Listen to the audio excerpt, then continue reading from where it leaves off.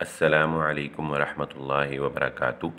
आपने सवाल किया है कि पहली रात ही खावंद ने बीवी से कहा कि आज के बाद तुम्हारी जो भी नेकी होगी उसका आधा सवाब जो है वो तुम मुझे दे दो, यानी उसका आधा सवाब जो है वो तुम मुझे हदिया कर दो, तोहफ़ा कर दो।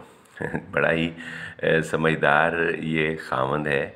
उसकी आधी नेकियां तो ले रहा है, तो उसके गुनाह क्यों नहीं ले रहा आधे हैं। कहना चाहिए था कि आज के बाद तुम्हारी आधी नेकियां भी मेरी और तुम्हारे गुनाह भी आधे मेरे, आधे बल्कि पूरे ही अपने सर ले ले, उस बेचारी को बख्श दे कि तुम्हारे गुनाह सारे मेरे सर और नेकियां जो है वो आधी मेरे सर। तो बहरहाल ऐसे नहीं होता।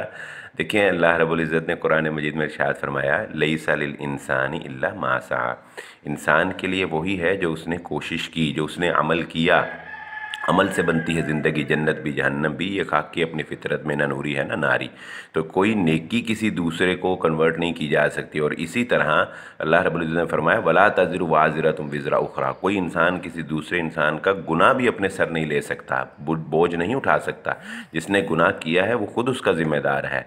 हाँ, अलबत्ता चंद उमूर ऐसे हैं जिसको शरीयत ने बयान कर दिया कि वो हम एक दूसरे को उन उमूर में फ़ायदा पहुंचा सकते हैं, या मरने के बाद भी हम उसमें एक दूसरे को फ़ायदा पहुंचा सकते हैं। जैसा कि रसूलुल्लाह सल्लल्लाहु अलैहि वसल्लम ने फरमाया कि इज़ा मातल अब्दु इनक़ता अमलहु। जब कोई इंसान मर जाता है तो उसके आमाल ख़त्म हो जाते हैं ना। अब वो नेकी कुछ नहीं कर सकता अमल। हाँ, लेकिन फरमाया तीन चीज़ें ऐसी हैं जो उसको मरने के बाद भी फ़ायदा देंगी। नेक औलाद, औलाद की हर नेकी। औलाद को ये कहने की ज़रूरत नहीं होती कि मैंने ये नेकी की, मैंने ये देग तकसीम की गरीबों में, इसका सवाब मेरे वालिदैन को पहुँचे, कहने की ज़रूरत नहीं।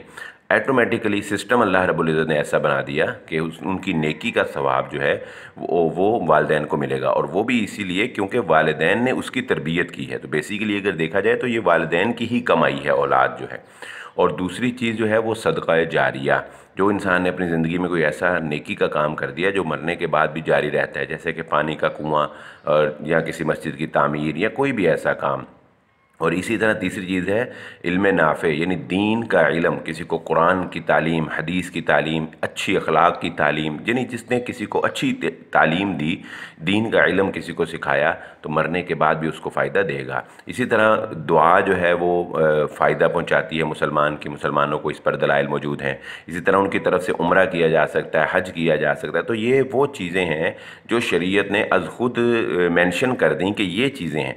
इसके अलावा कोई बंदा ये कहे कि मेरी नमाज है और आधा सवाब मेरा और आधा तेरा, ये उसकी अपनी इख्तरा है। शरीयत ने ऐसी कोई रियायत, ऐसी कोई फैसिलिटी जो है वो नहीं दी है। इंसान ने जो करना है उसको ख़ुद को भुगतना पड़ेगा, और जो इंसान ने ख़ुद नेकी करनी है उसको ही उसका सवाब होगा। हाँ, अलबत्ता अगर वो किसी को नेकी की दावत देता है, नेकी पर लगाता है, तो नेकी करने वाले को भी सवाब मिलेगा और उसको तरगीब दिलाने वाले को भी जो है वो सवाब मिलेगा।